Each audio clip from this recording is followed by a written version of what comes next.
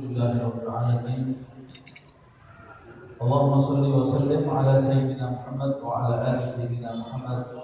Nawaitu ta'allum wa ta'lim wa tadhakkur wa tadhkir wal ifadah wal istifadah wal haq ala tamassuk bi kitabillah wa sunnati Rasulillah sallallahu alaihi wasallam wa tiba'a mardatihi wa thawabihi wa qurbihi subhanahu wa ta'ala.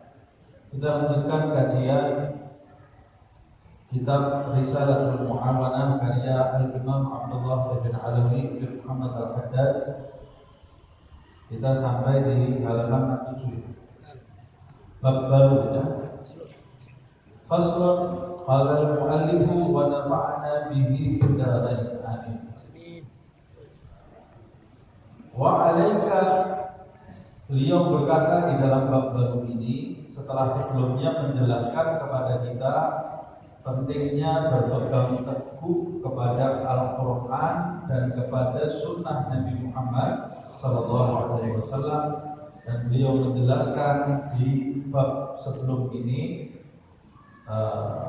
wajib atau penting bagi kita mengetahui seluk-beluk Al-Quran, dan kita tidak mungkin mengetahui seluk-beluk Al-Quran kecuali melalui As-Sunnah Nabi Muhammad SAW. Dan kita tidak mungkin mengenali As-Sunnah kecuali melalui tangan para ulama ar-rasikhun yang mendalami ilmu dan mengamalkan di dalam kehidupan sehari-hari, memiliki rasa takut, rasa tunduk dan ikhlas kepada Allah Subhanahu wa taala seperti yang disebutkan di dalam ayat fas'alu ahla dzikri in kuntum la ta'lamun.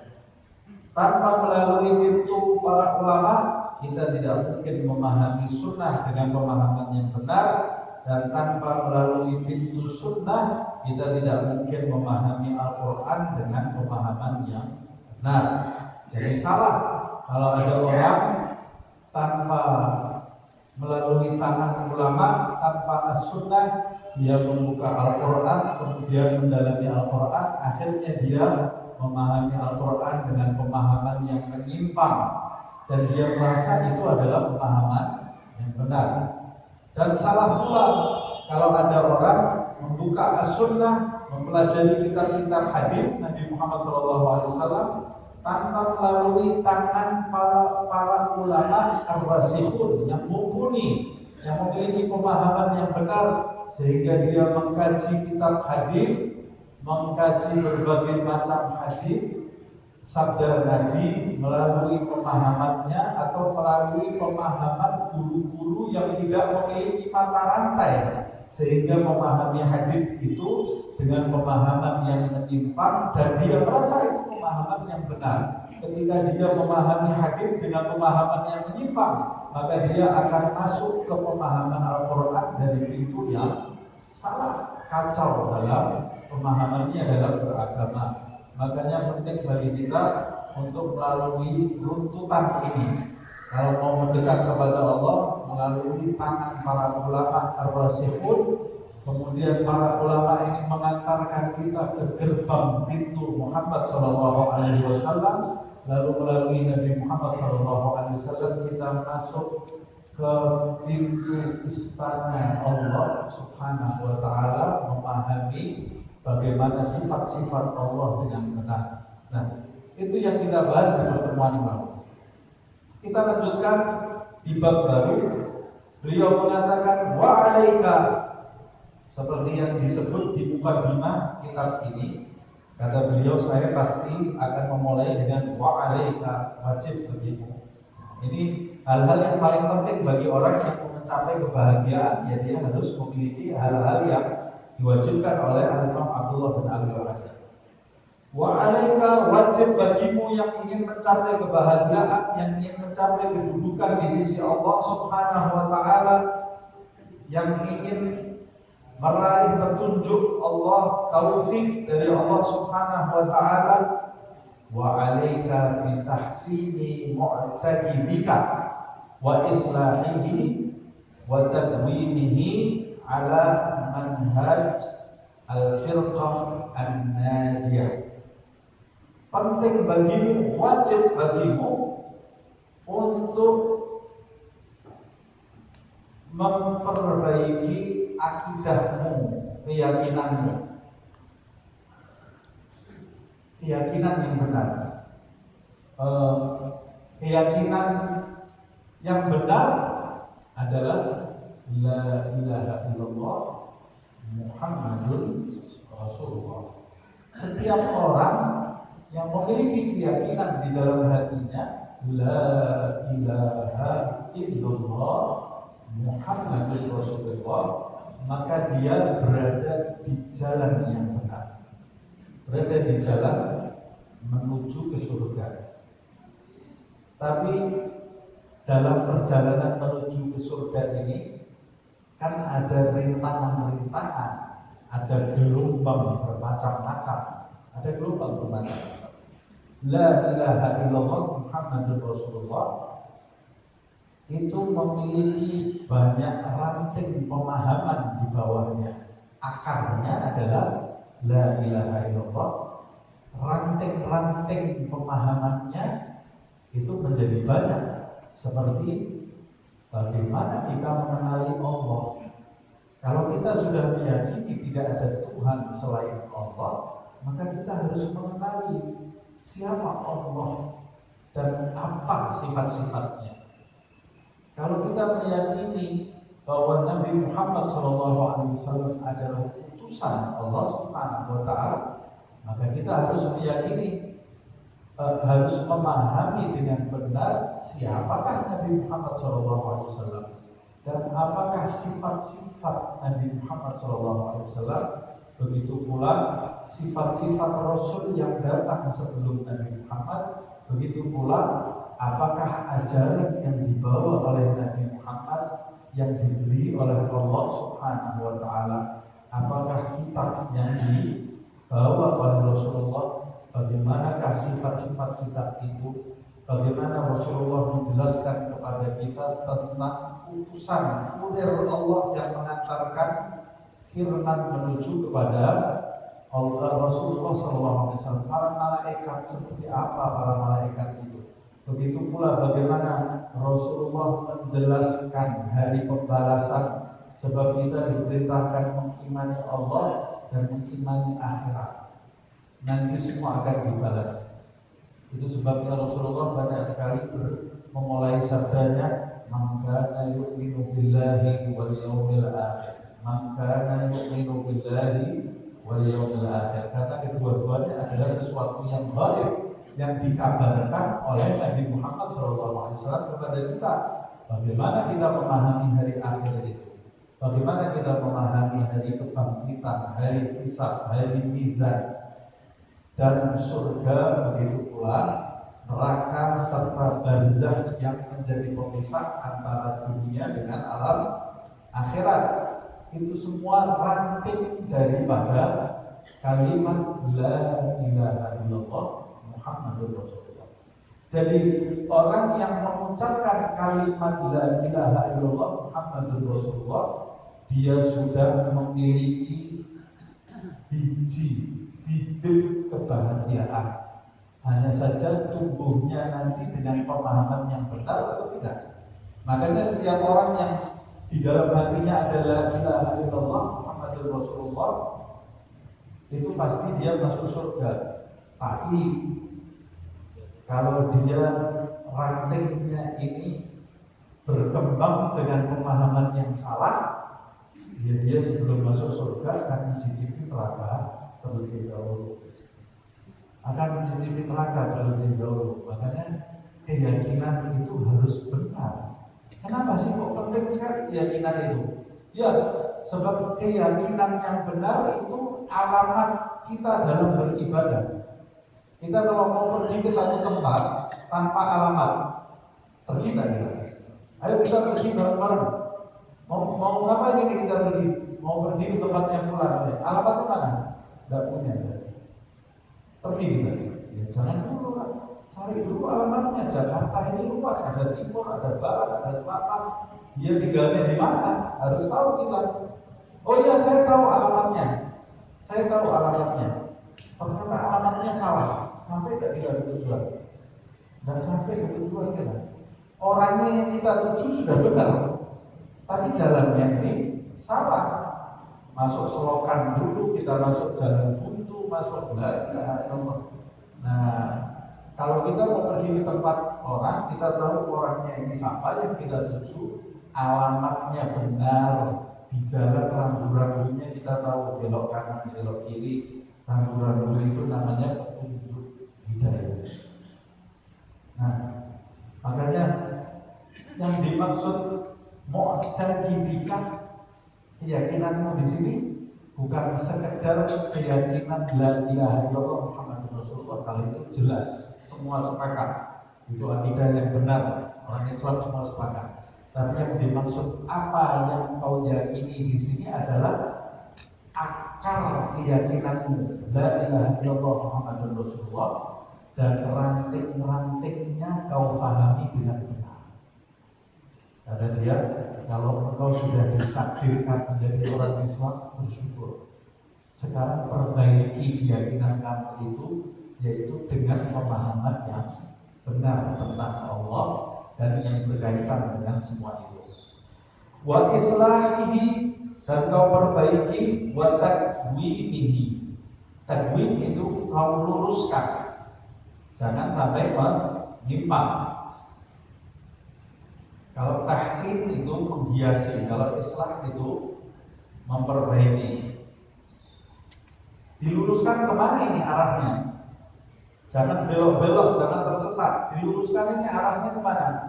Ala manhaj al-firqah an-najiyah. Kau luruskan akidah itu sesuai dengan manhaj al-firqah an-najiyah, manhajnya kelompok yang selamat yang disebut oleh Rasulullah Shallallahu Alaihi Wasallam. Wa satafdaliku ummati talata wa sab'in firqatun fil jannah, kata Rasulullah. Umatku nanti Yahudi terpecah jadi 71 golongan, Nasrani jadi 72, dan umatku akan terpecah menjadi 73 golongan, kata Rasulullah. Kalau dinamakan umatnya Nabi, ini ada banyak pendapat. Tapi sebagian besar ulama berpendapat maksudnya umatnya Nabi yaitu umat Islam. Umat yang menyambut ajakan Nabi. Terpecah menjadi 73 golongan. 73 golongan ini terpecah dalam hal apa? Dalam hal pemahaman akidah. Banyak yang menyimpang di antara umat Nabi karena mereka memahami Al-Quran dan memahami hadis tidak melalui tangan para ulama. Akhirnya pemahamannya menyimpang, tidak sesuai dengan pemahaman Nabi, walaupun mereka itu Islam. 1 dari 73 itu masuk surga, yang 72 masuk neraka. Tapi dia tidak kekal di neraka, ya. Karena syahadat kok tidak kekal dia di neraka. Dia di neraka harus digoreng terlebih dahulu karena pemahamannya itu menyimpang. Loh, pemahamannya menyimpang kok digoreng? Ya, karena akidah itu akar dari amal perbuatan. Kalau orang Islam syahadat bermaksiat kepada Allah Subhanahu wa taala, ya dia kalau tidak bertobat sebelum wafat, urusannya terpulang kepada Allah Subhanahu wa taala. Ada yang disiksa dulu oleh Allah, kemudian baru masuk surga. Tapi pasti masuk surga kalau mati dalam keadaan syahadat. Nah, apalagi kalau maksiat batin. Maksiat batin ini diantaranya adalah memiliki keyakinan yang menyimpang. Loh, kok bisa keyakinan dia? Karena dia tidak menggubris keyakinan yang benar. Tidak mau belajar.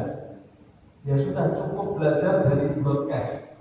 Ada orang ngomong A, dia ikut A. Ada orang ngomong B, dia ikut B. Padahal Nabi mengatakan falul ilmi fariidhatun. Menuntut ilmu itu hukumnya wajib. Untuk siapa wajibnya? Untuk semua orang Islam. Ilmu apa yang wajib? Nomor 1 ilmu akidah. Ilmu akidah supaya tidak menyimpang gitu. Nah, kemudian hadis Nabi tersebut satu yang masuk surga ini, yang keyakinannya itu betul-betul murni, tidak ada penyimpangan. Satu yang masuk surga. Yang masuk surga itulah yang kemudian dijuluki oleh ulama al-firqah an-najiyah, firqah yang selamat. Apa itu? Beliau Al-Imam Abdullah bin Ali Al-Haddad mengatakan, wahia, kelompok yang selamat itu al-ma'rufah min baini sa'iril firaqil islamiyah, yang dikenal di antara kelompok-kelompok di dalam agama Islam, dikenal dengan di ahli sunnati wal jamaah, dengan kelompok ahli sunnah wal jamaah. Ini pendapat Al-Imam Abdullah bin Ali Al-Haddad, dan ini juga pendapat mereka orang-orang yang dulu pertama kali membawa Islam masuk ke Indonesia. Sehingga kalau kita cocokkan, tidak ada bedanya pemahaman akidah mereka yang membawa Islam ke Indonesia ini dengan apa yang disampaikan oleh Al-Imam Abdullah bin Ali Al-Haddad. Makanya di Indonesia ini banyak yang mazhabnya Syafi'i juga, dan di tempat beliau Al-Imam Abdullah bin Al-Haddad itu sebagian besar mazhabnya adalah Syafi'i, sampai tata cara ibadahnya saja mirip gitu ya. Nah, tanpa harus mencaci maki keyakinan orang lain. Tidak bisa kita keluar dari pengajian ini kemudian ngomong ke orang yang keyakinannya bukan ahlu sunnah wal jamaah. Oh, kamu keyakinannya apa? Saya bukan ahlu sunnah. Berarti kamu nanti masuk neraka itu. Perang nanti kita. Perang, bukan begitu caranya ya. Ya sudah, apa yang kita yakini itu ada di dalam hati. Kalau kita bisa menarik mereka menuju kepada pemahaman yang benar, itu bagus. Tapi kalau tidak bisa, jangan perang karena beda paham, beda agama saja kita tidak boleh perang, apalagi masih sama-sama di payung Islam. Jangan saling mengkafirkan. Orang yang akidahnya bukan Ahlussunnah wal Jamaah kafir. Bagaimana kita bilang kafir? Dia Islam, dia mengucapkan la ilaha illallah Muhammadur Rasulullah, tidak boleh kita bilang kafir. Loh, tapi dia tidak termasuk firqah an-najiyah. Ya, dia tidak termasuk firqah an-najiyah menurut keyakinan Ahlussunnah wal Jamaah. Tapi dia masih di dalam payung Islam yang pasti menuju ke surga Allah Subhanahu wa taala. Bedakan dengan orang kafir. Kalau orang kafir ini sama sekali tidak masuk surga. Di dalam hatinya ini tidak ada la ilaha illallah Muhammadur Rasulullah. Jadi jangan mengkafir-kafirkan orang yang pahamnya berbeda dengan kita. Apalagi sama-sama sholat fardu, sama-sama kalau bulan Ramadan puasa, sama-sama kalau kitabnya sama-sama Al-Quran, nabinya Nabi Muhammad SAW. Kecuali kalau sudah aneh, dia bilang Nabi saya itu lahir setelah Nabi Muhammad. Nah, ini bukan Islam ya.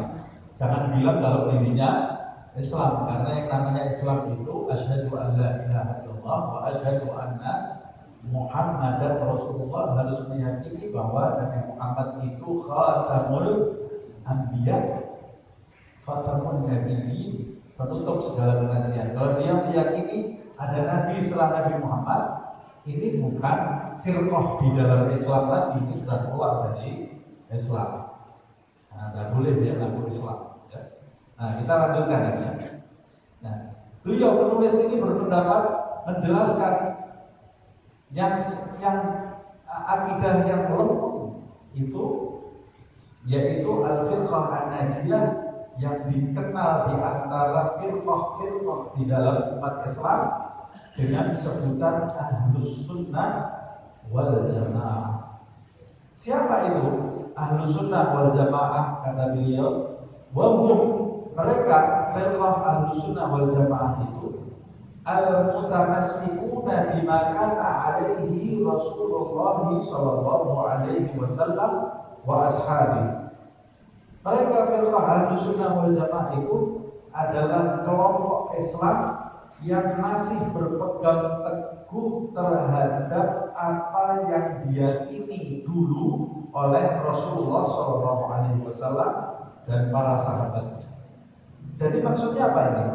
Keyakinan mereka ini turun temurun dari Rasulullah ke para sahabat, ke tabi'in, dari tabi'in, tabi'ut tabi'in, dan begitu seterusnya. Ada mata rantainya sampai di zaman ini. Makanya kalau mau memahami agama itu jangan menurut saya, menurut kamu ini sudah punya ilmunya, menurut saya harus ada mata rantainya. Sholat kamu itu ada mata rantainya enggak? Dulu belajar dari mana kamu sholat?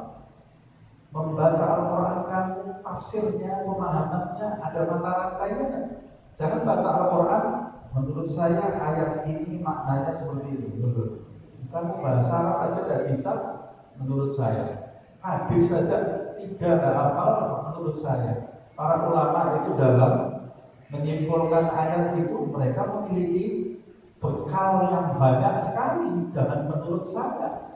Dalam memahami ayat-ayat Al-Quran, kamu juga harus memiliki mata rantai supaya pemahaman kamu nanti tidak menurut saya yang belum tentu betul. Jadi jelas ada mata rantainya pemahamannya. Karena yang dinamakan ahlu sunnah itu al-mutamassikun, yang berpegang teguh dengan pemahaman apa yang dulu dipahami dan diyakini oleh Rasulullah SAW dan para sahabatnya. Ini yang namanya ahlu sunnah. Kalau pemahaman akidahnya sudah berbeda, walaupun dia menyatakan dirinya ahlu sunnah, dia bukan ahlu sunnah. Dan sekarang ini kan banyak semua orang bilang kami ahlu sunnah wal jamaah. Karena ini sama dan dulu sama yang diyakini oleh Rasulullah.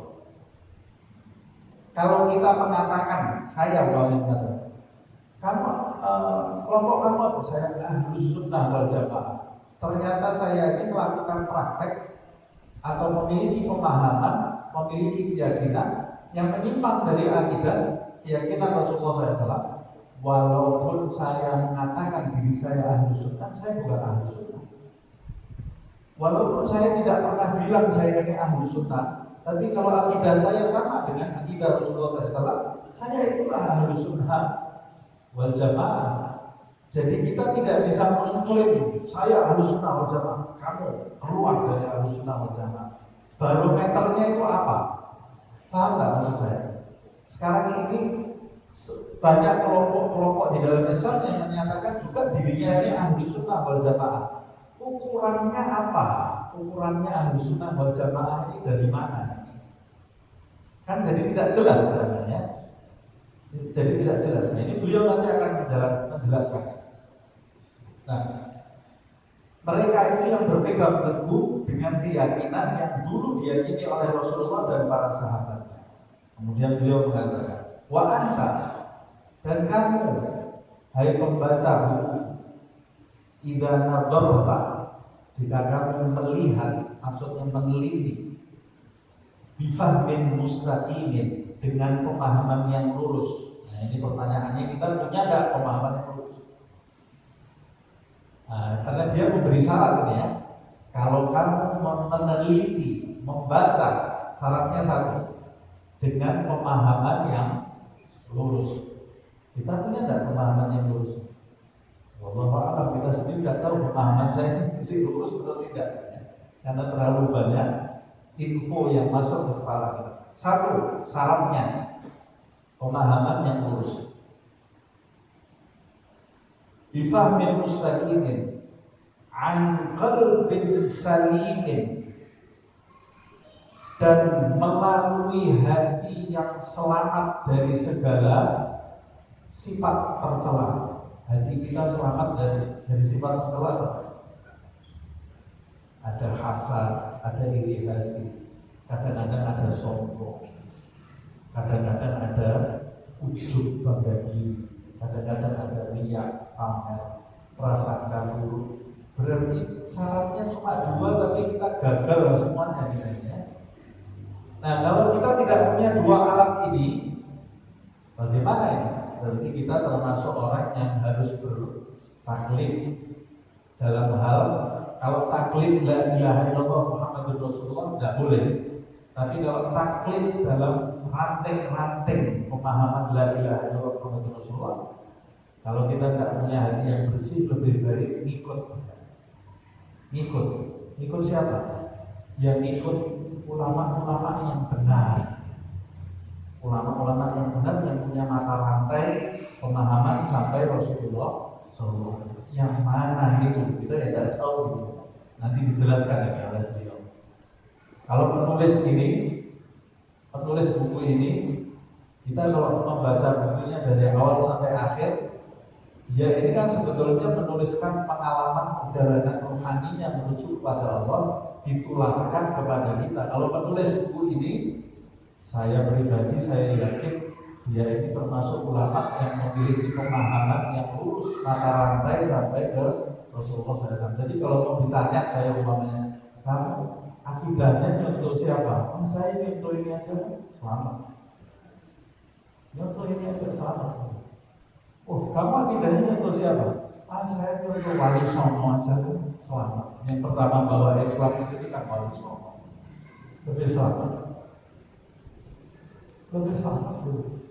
Murni akidahnya sampai ke Rasulullah SAW. Ini dia menjelaskan. Tapi kan kita juga belum tahu yang seperti apa akidahnya.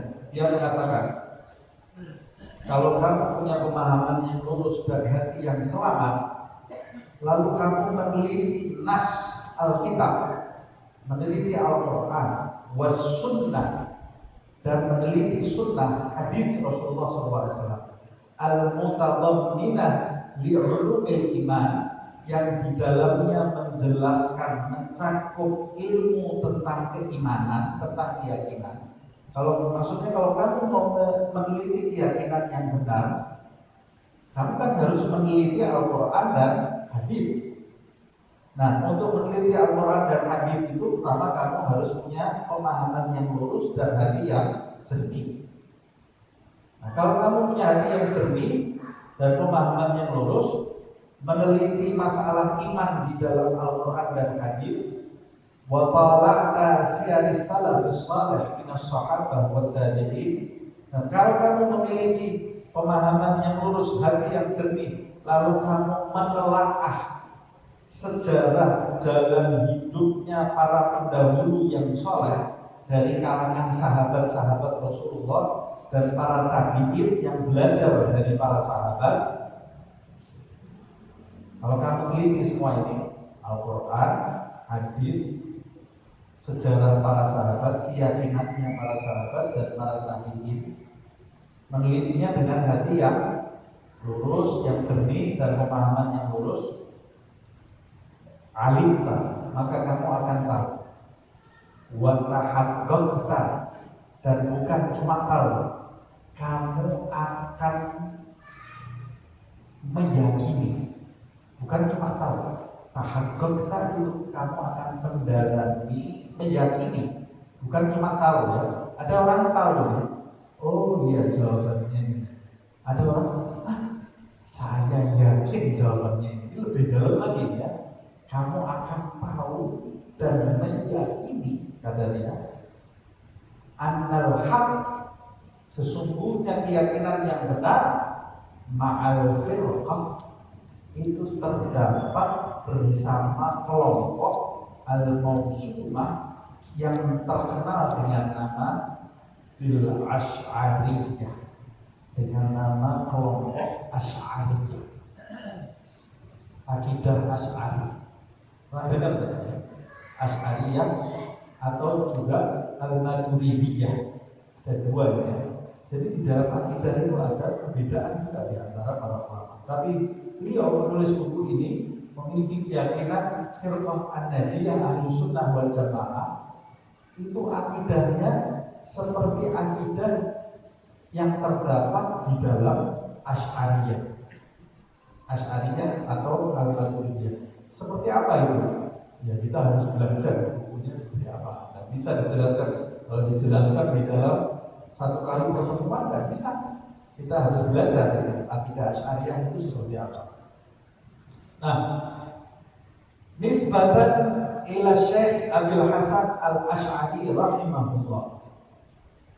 Akidah ini disebut akidah Asy'ariyah, dinisbatkan kepada pencetusnya. Pencetus akidah ini atau pemahaman ini adalah Abul Hasan Al-Asy'ari.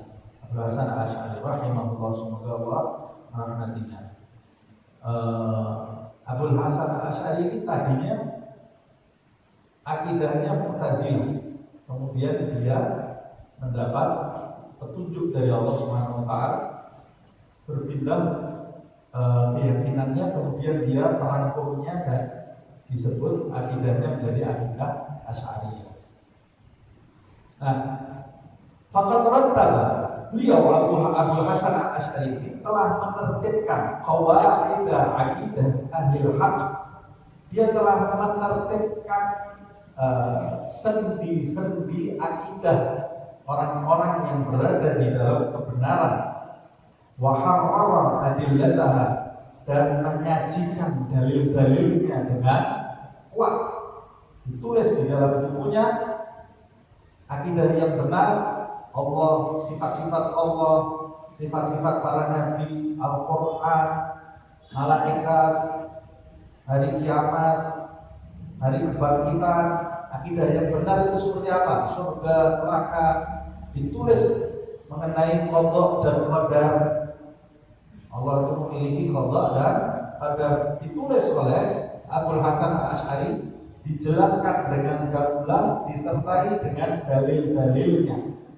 Dalil-dalilnya dari mana? Dari Al-Quran dan dari As-Sunnah dengan pemahaman yang benar. Wahia al-aqidah allati ajma'at 'alaiha as-sahabah wa min ba'dihim min khiyarit tabi'in.